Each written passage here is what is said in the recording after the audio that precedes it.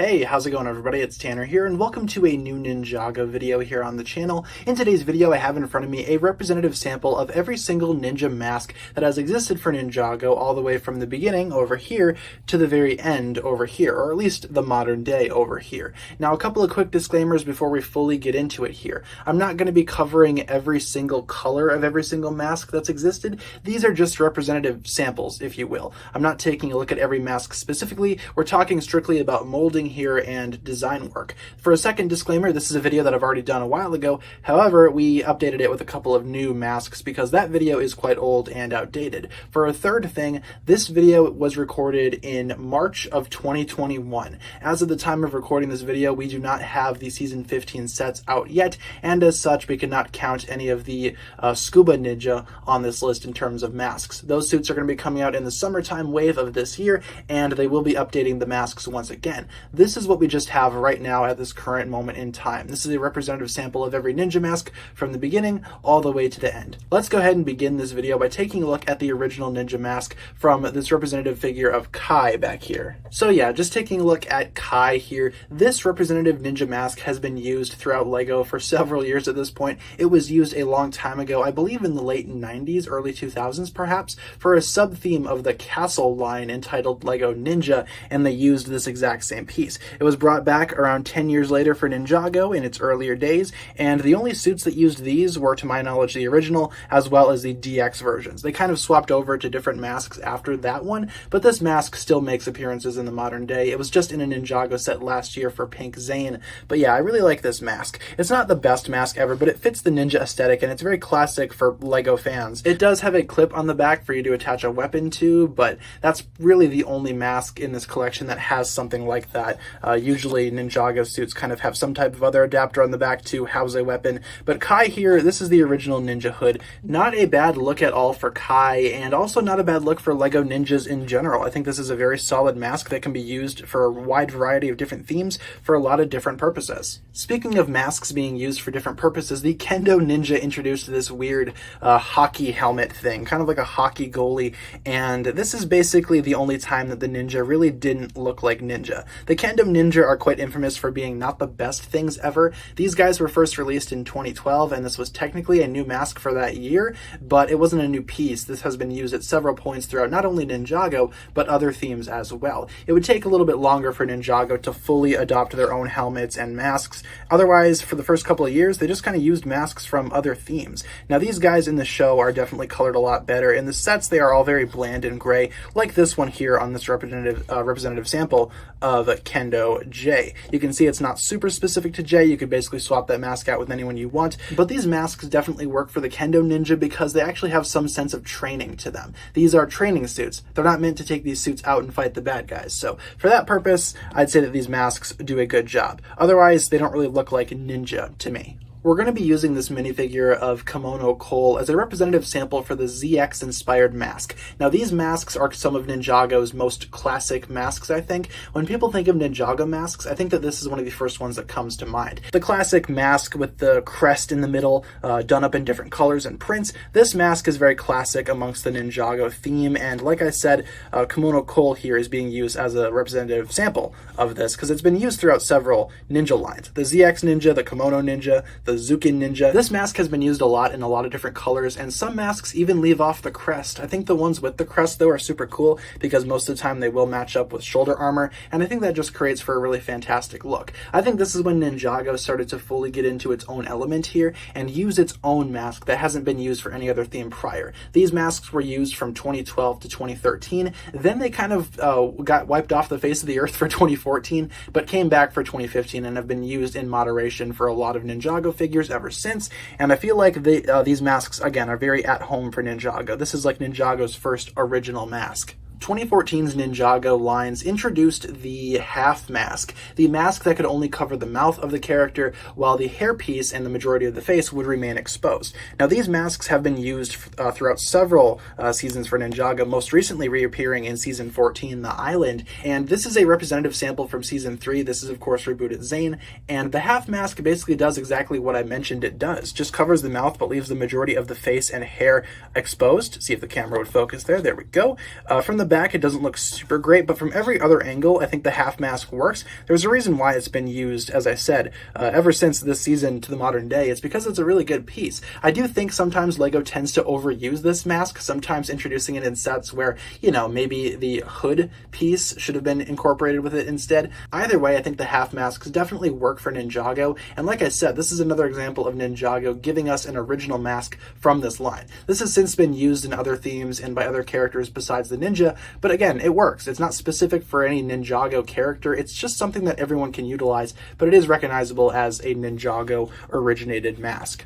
Like the ZX masks before them, the double molded hoods first introduced in Possession did a lot for Ninjago, and they also came in a lot of different colors and a lot of different styles. This is a representative of that mask from Skybound Lloyd. As you can see, what we're going with here is just simply a dual molded mask, like I just mentioned, usually consisting of a ninja's primary color and either a secondary color or just a generic color, like black for these suits, for example. And again, these things were used throughout several different colors and several different seasons. I think these were introduced in Season 5 and were used all the way up to the end of Season 7, so they've been used for quite a few different suits, and I can see why. These masks are very cool looking. Even from the back, I don't think it looks all that bad. I think it actually looks super cool with the little tied off look back there, and again, these things do come in several different colors, but I actually really enjoy how these things are put together. I will say, these masks, from what it seems, are a fan favorite from the Ninjago fan base, and I can see why. These things are definitely very iconic, especially for Ninjago's golden years, if you will, from like 2015 to 2017. I'd say that was like the golden era of Ninjago, or at least one of the first ones, and these masks were right at the center of that. So gotta give big props to these masks, and I really do enjoy how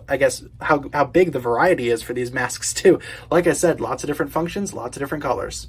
Now we start getting into the realm of controversial hoods and masks. These are the Ninjago movie masks, first seen in, well, the Ninjago movie, and used on Sons of Garmadon figures as well as Ninjago Hunted figures. This in front of you right now is Sons of Garmadon Nia, and you can see how this mask kind of works. It creates a more rounded silhouette for the ninja, I think. It definitely creates a more interesting look as opposed to just a traditional ninja hood, but it is still a traditional ninja hood. You have the headband going on here, and that does carry around to the back as well. The main thing that people have issues with these masks are that they are very inconvenient to kind of swap around from character to character. With a lot of other Ninjago hoods, you can just take it off and that's it. This hood is actually two different parts.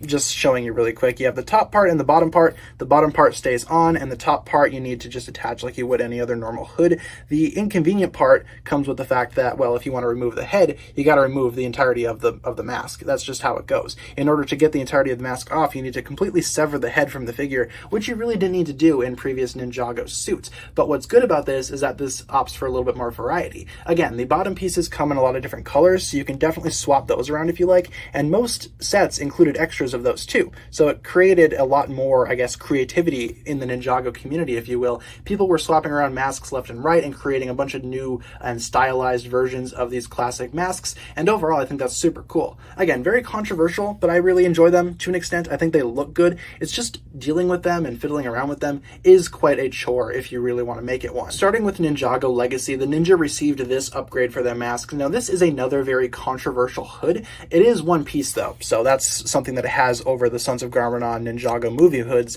It's exactly just one piece, and looking at it, it looks cool. The main issue at the time was that these things were just super tall looking, especially in some of the early pictures that we got of these masks. They were really tall and they looked ugly from a lot of angles. Looking at them now, this thing has been reused so much, I think most Ninjago fans don't mind them at this point. Like I said, these were introduced with the Ninjago Legacy, but were also used in Season 11, and Season 11 ninja hoods have been a staple of current Ninjago for a very long time, so these things have been reused again and again, recolored again and again, and they're still being used today in the modern era for Ninjago. So you got to give LEGO props for creating a hood that can actually stand the test of time and look good as well. Like I said, dual molding here with the headband and the overall mask. Those come in a lot of different colors as well, especially for the individual ninja. Like Zane, for example, has a whole bunch of different hoods colored differently in this style, so you got to give LEGO props for that too. The variety here is just as good as some of the earlier Ninjago hoods, if not better. Next up, we have the Forbidden Spinjitsu hoods. Now, this is coming from a representative sample of Forbidden Spinjitsu Slam Zane. Quite a mouthful there, I know. But the hood itself, you can kind of see what we got going on here. These were very prominent in Season 11, came in a lot of different colors, and it was supposed to reflect the ninja bursting with elemental energy. As you can see, the top of their head is just completely, like, you know, taken up by this whatever color, whatever ninja you have. It's a very translucent color depending on which ninja you have, but it does represent that burst of energy. The shaping of the front of the mask is admittedly not the best thing ever, but it's definitely not the worst I've seen among the Ninjago masks either. It's just awkward to look at from the first couple of glances, but the purpose is there. It's supposed to represent the ninja powering up, if you will, with a forbidden Spinjitsu energy, and I think it looks good in that regard. It's just not my favorite design ever. You wouldn't use this on like a regular ninja hood. This is supposed to represent a very specific nature of the ninja and supposed to represent a very specific power. For Season 12 Prime Empire, the ninja used these Digi Suits. Now, the Digi Suits themselves actually had another mask upgrade. This is a completely original mask for Prime Empire Season 12, and as you can see, it's very, very weird when you compare it to the rest of the Ninjago mask lineup. This was another very controversial decision that LEGO made, changing the masks to look like this. A lot of people didn't care for that. I don't think it's all that bad, especially with the way that the actual mask looks when you combine it with that little VR headset looking thing that the ninja had for face prints. I mean, it's not a bad combination. It works out, and each ninja's symbol is very visible from the top as well. So it's not the worst thing ever, especially for Ninjago. It just really didn't fit with the ninja theme at the time. Now we know that Ninjago is kind of going out of their way to create a lot of really unique and weird stuff, so something like this doesn't seem super weird nowadays, but still, at the time, these were very controversial. I like them though. They look good for the video game world, and they are one piece, so they're easy to swap around. Not a whole lot of variety coming from these masks, admittedly.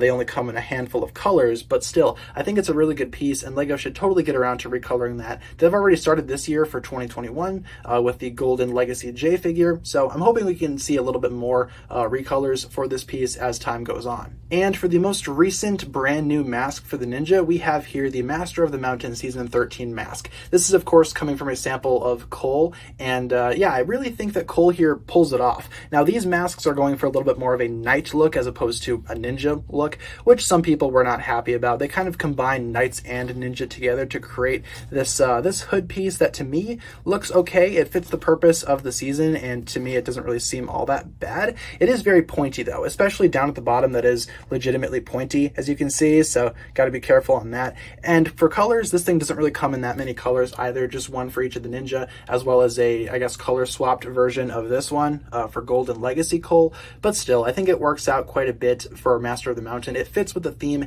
and it fits with the aesthetic of that season, so I'm not really complaining so much about it. I think it's one of Ninjago's most unique masks out there, but like I said, it's not like ninja-esque. It's more knight themed, if anything, which a lot of people are still not super happy about. So there you guys have it. That'll pretty much wrap it up for this video right here. We've taken a look at every ninja mask from the beginning all the way to the end, or at least the current day of Ninjago. Feel free to let me know down below in the comments which ninja mask you think is your favorite, and let me know which one is your least favorite, or feel free to rank them, whatever works. For favorites, for me, I kind of enjoy the dual molded masks of the golden age of Ninjago, if you want to call it that. I think that's one of the best masks that we've gotten in a while. Otherwise, the legacy masks are pretty cool too, so can't really complain about them. But let me know all your thoughts down below in the comments, and hopefully you guys enjoyed the video. If you did, feel free to like, comment, subscribe, do all that fun stuff, and check out the links down below in the description for my other forms of social media. As always, big shout out goes out to my Patreon supporters, including once again the Marvelous Jan. Thank you guys so much for watching this video once again. My name is TannerFishies, and with that I bid you farewell.